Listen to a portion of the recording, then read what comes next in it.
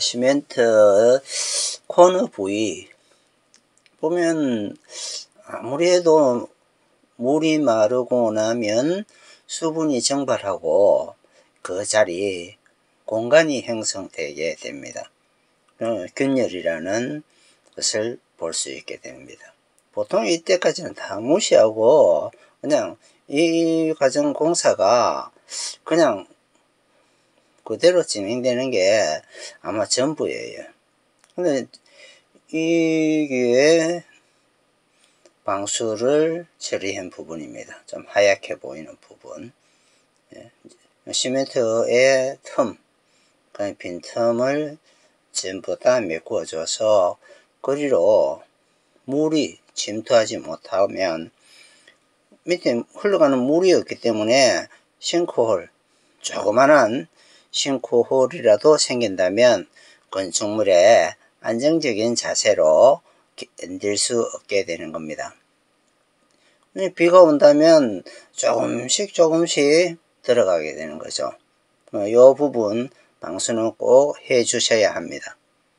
저희들은 세지마에서 나오는 방수 제품으로 특화되어 있는 기술로 자랑하고 있습니다. 저희 집 제실이에요.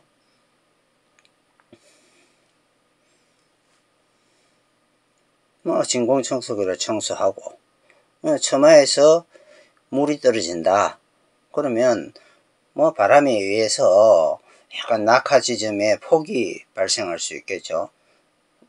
윗부분, 단 윗부분에 떨어질 수도 있고 아랫부분에 떨어질 수도 있는 경계 지점이라고 봐요. 이 건축물은 지은 지 40년이 된 건물이에요. 40년 만에 보수공사를 하면서 제가 참석하게 돼서 방수 부분에 제가 가지고 있는 기술을 한번 시범적으로 작업해 보고 있는 것입니다.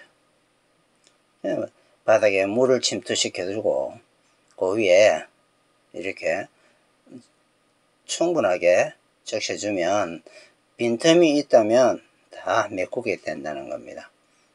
이제 이렇게 하면 표면도 좀 살아나고 흙칼질보다는 붓질이 유리해요.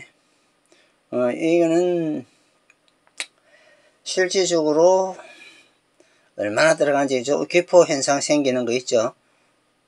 저는 아래로 현재상 서서히 들어가고 있다는 거예요. 이렇게 붓으로 마감해주고, 물론 바닥에 먼저 물을 한번 뿌려 주셔야 돼요. 물이 들어가고 난 뒤에 배에 들어오고 나면 따라서 들어갈 수 있도록 작업해 주셔야 합니다. 이 방수 재질은 물을 먹으면 스스로 팽창해요. 대신 물을 어느 정도 표면만 머금고 안으로는 들어가지 못하게끔 해주는 겁니다. 이는 2005년도에 국토건설부가 이 시멘트에 대해서 검증을 하였어요. 임의로 균열이 가게 하고 물의 누수를 검증해 보았습니다. 완전하다는 게 확인되었습니다. 10리터에 한 8만원 정도 하는 비용이에요. 저는 현재상 6년 동안 이걸로 가지고 방수를 꾸준하게 해오고 있습니다. 이렇게 물을 뿌려주고, 비가 온다고 가정하고 물이 뿌려주면 틈 사이로 물이 들어가겠죠. 들어가고 난 뒤에 이렇게 붓질로 서서히 침투시켜주면 들어가서 물은 물대로 빨아먹고 시멘트는 시멘트처럼 축적되어서 그 빈 공간을 메꾸게 되겠죠.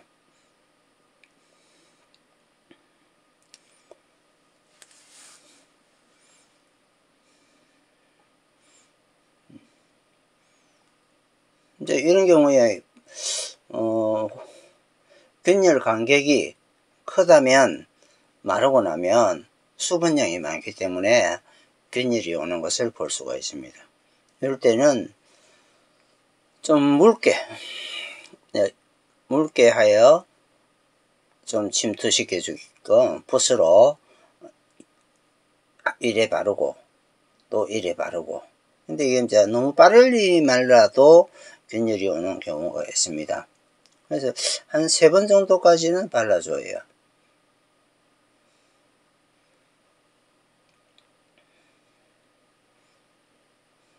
이렇게 흥건하게 있다는 거죠. 만약에 내려가는 공간만 있으면 지금도 내려가고 있는 겁니다.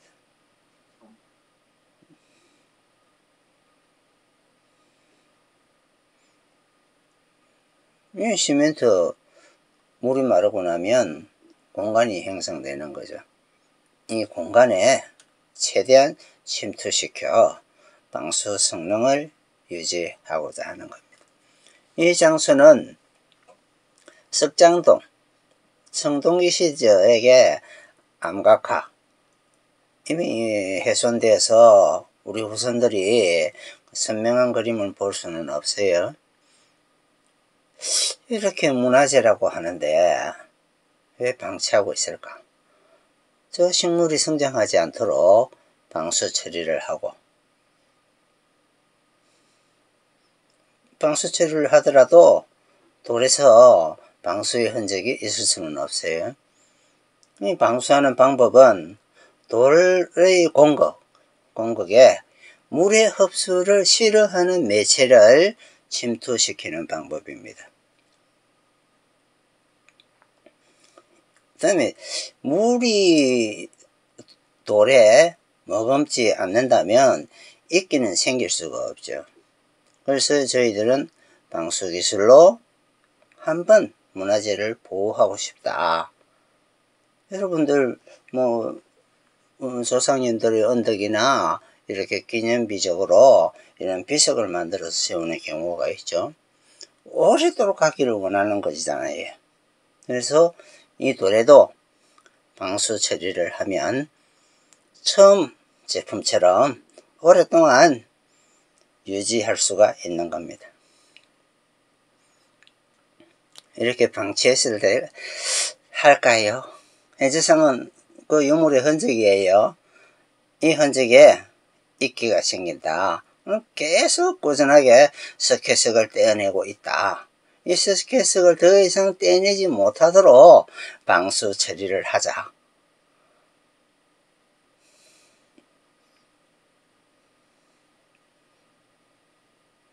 빗물 공기가 가지고 있는 기술로 충분하다고 자부하고 있습니다.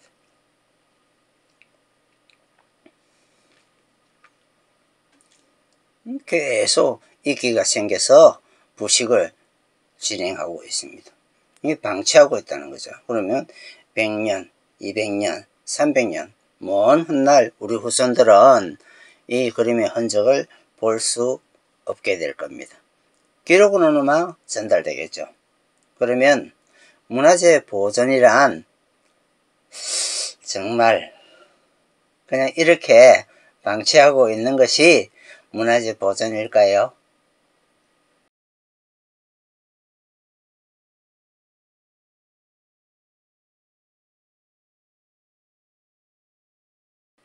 네, 이 문화재예요. 바닥에 백돌. 얘는 문화재가 아니죠. 이끼, 물을 머금고 성장하고 계속 부식하고 있어요. 이 문화재로 지정된 장소예요. 우리 세금으로 보수 다 해야 되는 겁니다. 집안 치마 진행되고 있는 모습 보시죠. 이 부분도 다 메꾸어서 물이 들어가지 못하도록 해야 이 집안 위에 있는 물질들이 그 장소에 그대로 오랫동안 지킬 수가 있는 겁니다. 여기 왜 건물이 지어졌다? 건물 0.001도만 기울어도 균열이 가는 겁니다. 자, 아래동에 물이 딱딱 떨어졌다 튀어가지고 바닥에 젖겠죠. 귀하장 이끼 끈 거 한번 보세요. 계속 부식되고 있다는 겁니다. 보존이란 부식이 되지 않도록 하는 것도 보존이 아닐까요? 세월이 가면 또 문화재 보수다 해서 많은 돈을 들여서 공사를 할 수 있겠죠. 이 나무에도 방수는 원천적으로 해주셔야 돼요. 방수를 하고 여기에 마감 처리를 하시는 게 현명한 방법입니다. 지금도 꾸준히 아랫동이 훼손되고 침하가 일어나며 무너지는 거죠. 경주 관광도시 참 누구 작품인지 정말 대한민국에 부식에 관해서 기술이 전혀 없나요? 전혀 부식을 일어나지 않도록 할 수 있는 기술은 빗물 공기가 가지고 있습니다. 물을 머금지 않아요. 녹이 표현할 수 없어요. 녹이 있는 자리에도 시공하면 됩니다. 이끼 문화재에 보도블럭 어떻게 해서 깔아졌을까? 관광지의 일부분이에요. 네, 방수 처리로 완벽하게 이끼가 생기지 않도록 할 수가 있습니다. 혹시라도 제실, 오랫동안 조상들의 흔적을 지키기 위한 곳입니다. 이 장소 세계 팬대회도 한 몇 차례 개최한 장소예요. 비바람에 풍화되는 거죠. 처리를 하기 전에 방수 처리를 하고 난 뒤에 이 시공을 하셔야 돼요.